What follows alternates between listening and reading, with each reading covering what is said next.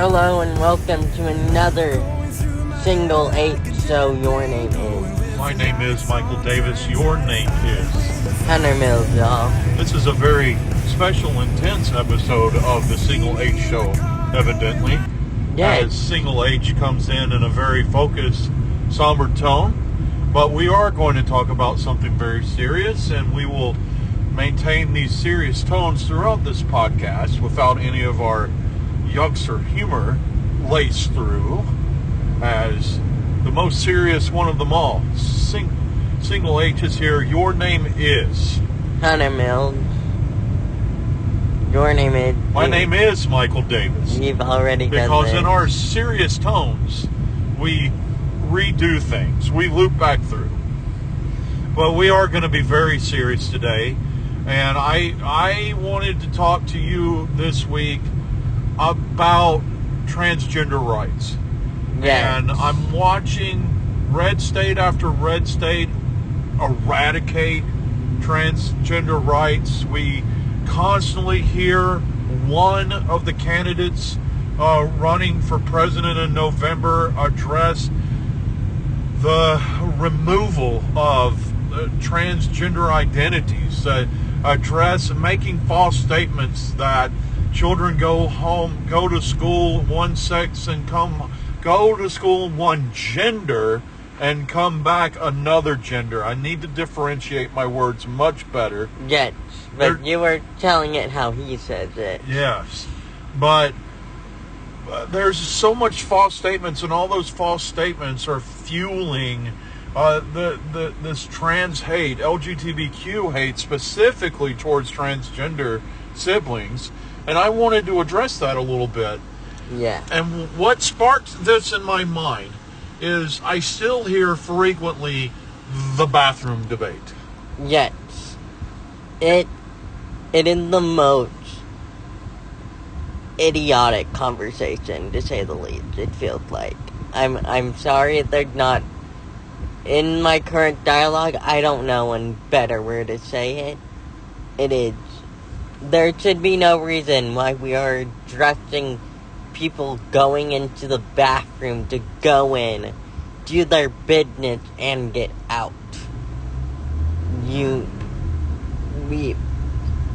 Most trans people, me included, have experienced things in bathrooms, and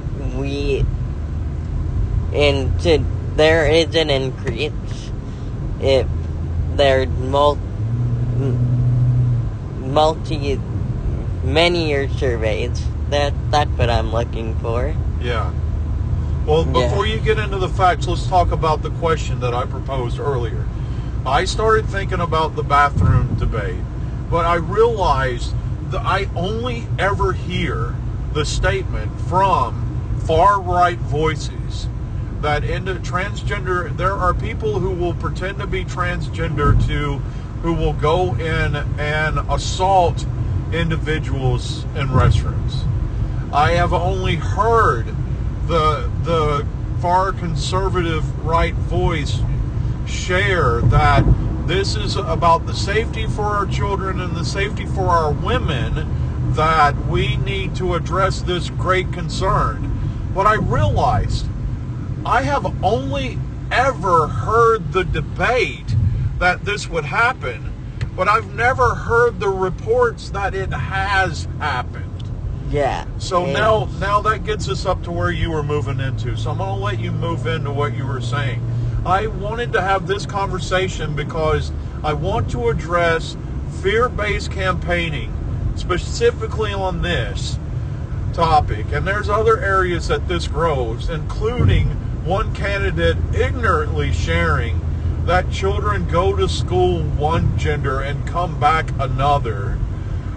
The ignorant statements like that create fear and hurt for individuals who are only trying to live within into their identities. So share the facts on this. Here's where the survey's coming in, which I don't already use natural experience for. So, the National Center of Transgender Equality 2015, they did a survey 46% of transgender people recorded harassment and other attacks in that territory, including sexual assault, in bathrooms, which already, for trans people, it increases a fair amount between cis people and trans people. Yes. With being sexually assaulted, which is another podcast. So we're going to start. This is specifically transgender people. 40% of individuals... 46% of people who identify as transgendered has experienced documented assault in restrooms. Yes.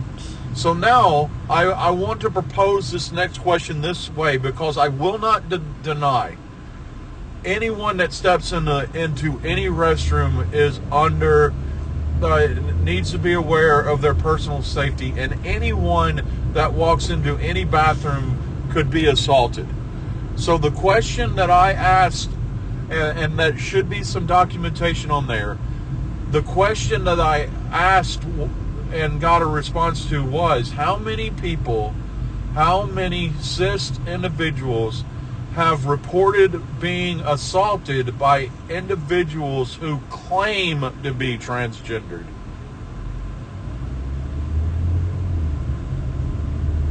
And there's not a number percentage to that. When I read through it, it's so significantly low that there is not a percentage.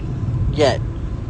So, if you look up things, you will see information, if you look it up, that trans people are less likely to commit types of violence, and trans people, anytime people blame anything on mental health, they are less likely to commit violence or any types of those acts.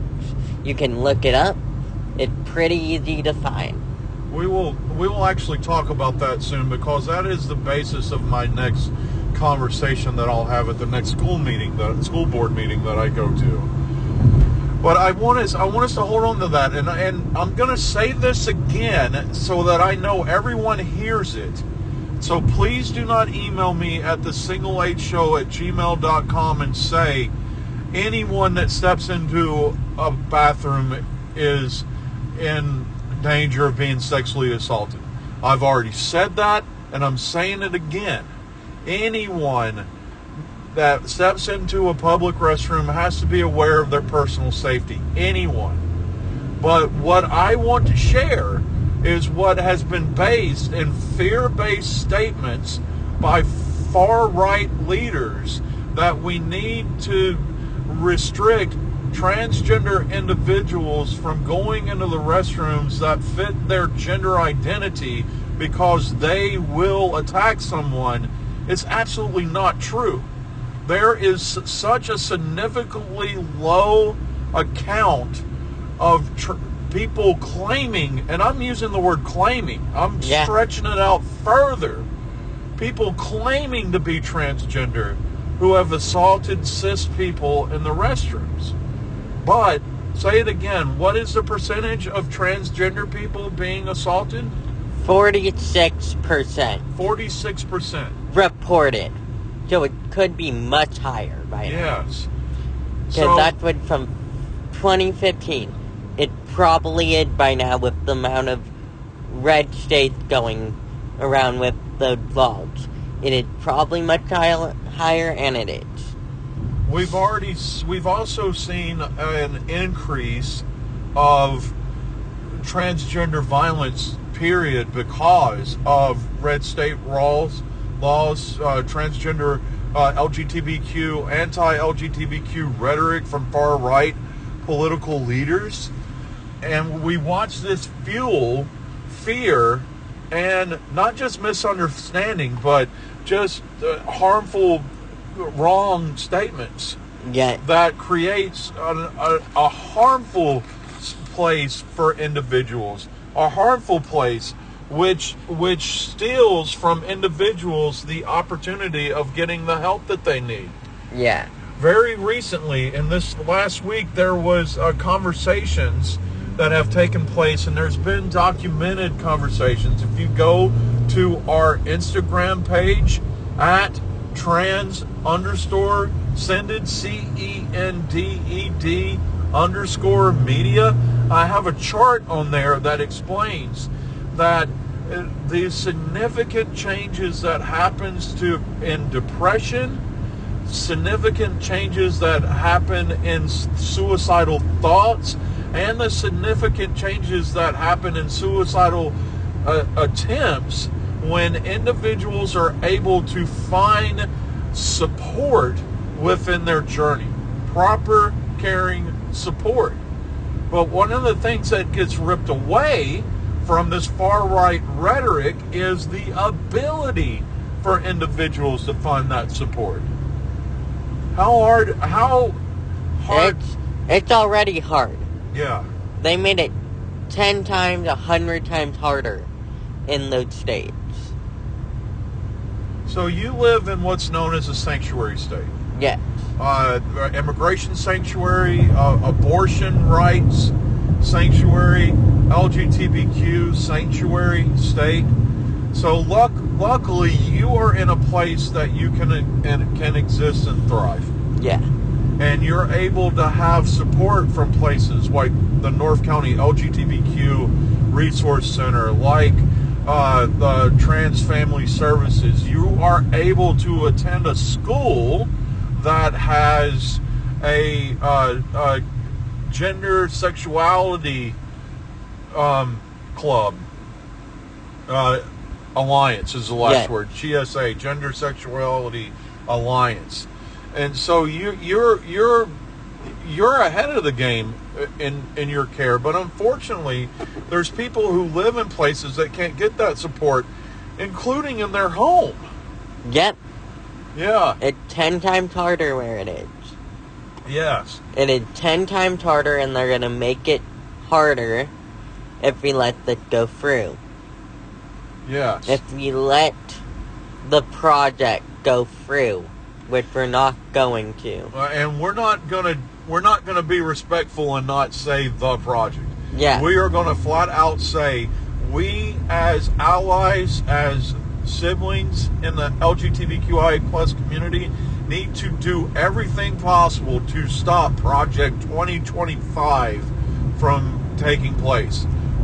The first step in doing that is making sure that we go out and vote, and we vote for the candidate who is not connected to it. And I don't mean the one that denies being connected to it, the one that's actually not connected to it. Yeah. Project 2025 is a very harmful thing that will not just restrict the rights of our LGBTQIA plus siblings. It stretches America to leadership competition. It goes all the way towards gender issues, male and female. It goes all the way to cultural issues. It fits America from a democracy to a dictatorship. Allegedly. Allegedly. But there is a lot of rights, and if you are a part of any marginalized group, whether you be a person of color, gender equality for females, transgender friends just trying to live in your identity, we need to do anything possible to stop Project 2025 from having the opportunity to exist. Now, within that, let's talk about some more of the misinformation. Now, this isn't in your notes. I want to ask you a question. Have you ever been to your school nurse? Yes. Has your school nurse ever been able to give you any form of medication without me knowing about it? No. No. Your school nurse, if you came in there with a throbbing headache... I went in there with a throbbing headache.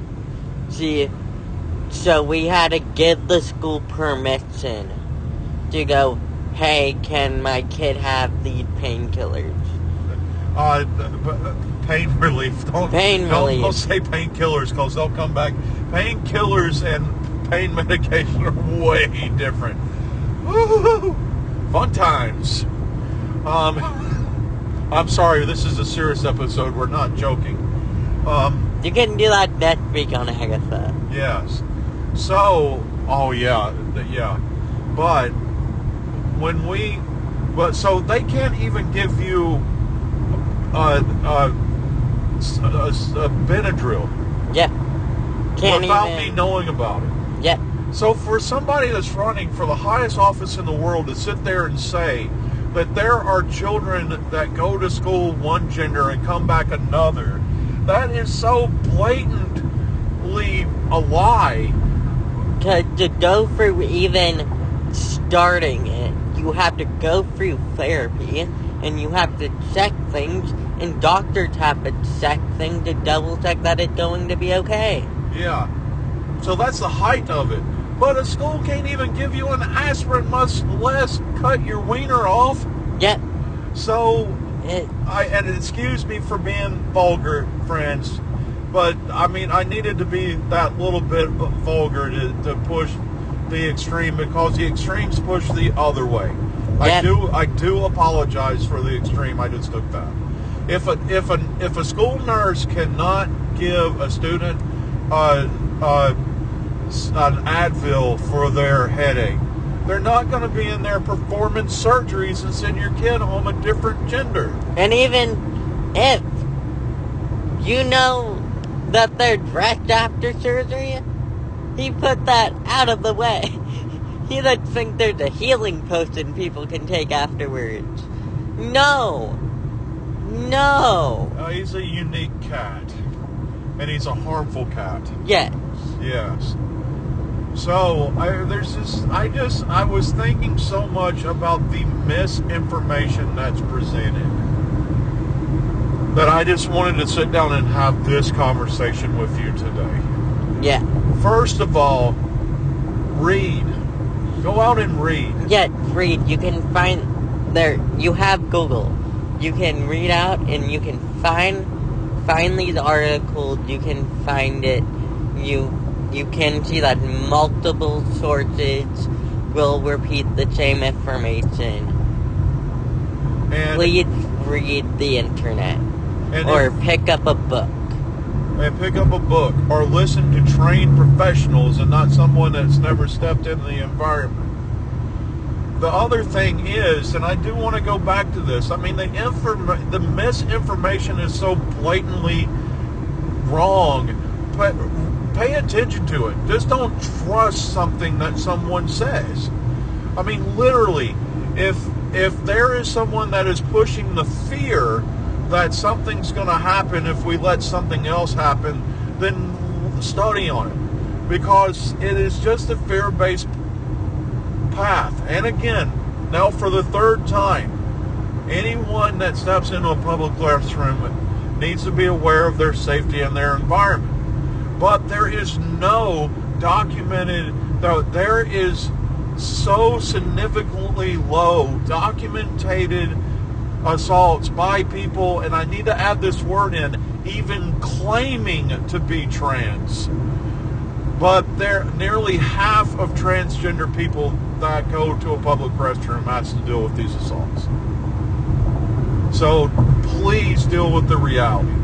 And we'll make this a short episode this week. But Single H, I was just thinking, I hear over and over again, this could happen, this could happen, this could happen. But you know what I've never heard? It has happened. Consider everything a myth until you can prove it.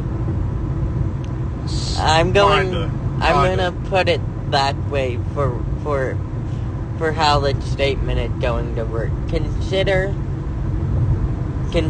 everything he says a myth until you can prove it. There's the magic words. Okay? Yes. Consider everything he says a myth before you can prove it. Because the odds of you saying that it's proof, it's 0 to none with everything that comes out of his mouth. Allegedly. Allegedly. There's the safety word. Yeah. Well, thank you for kind of processing this with me. That was the Signal H show for this week. Your name is? My name is Michael Davis. Your name is? Hunter Mildahl. Have a great week. And stay safe.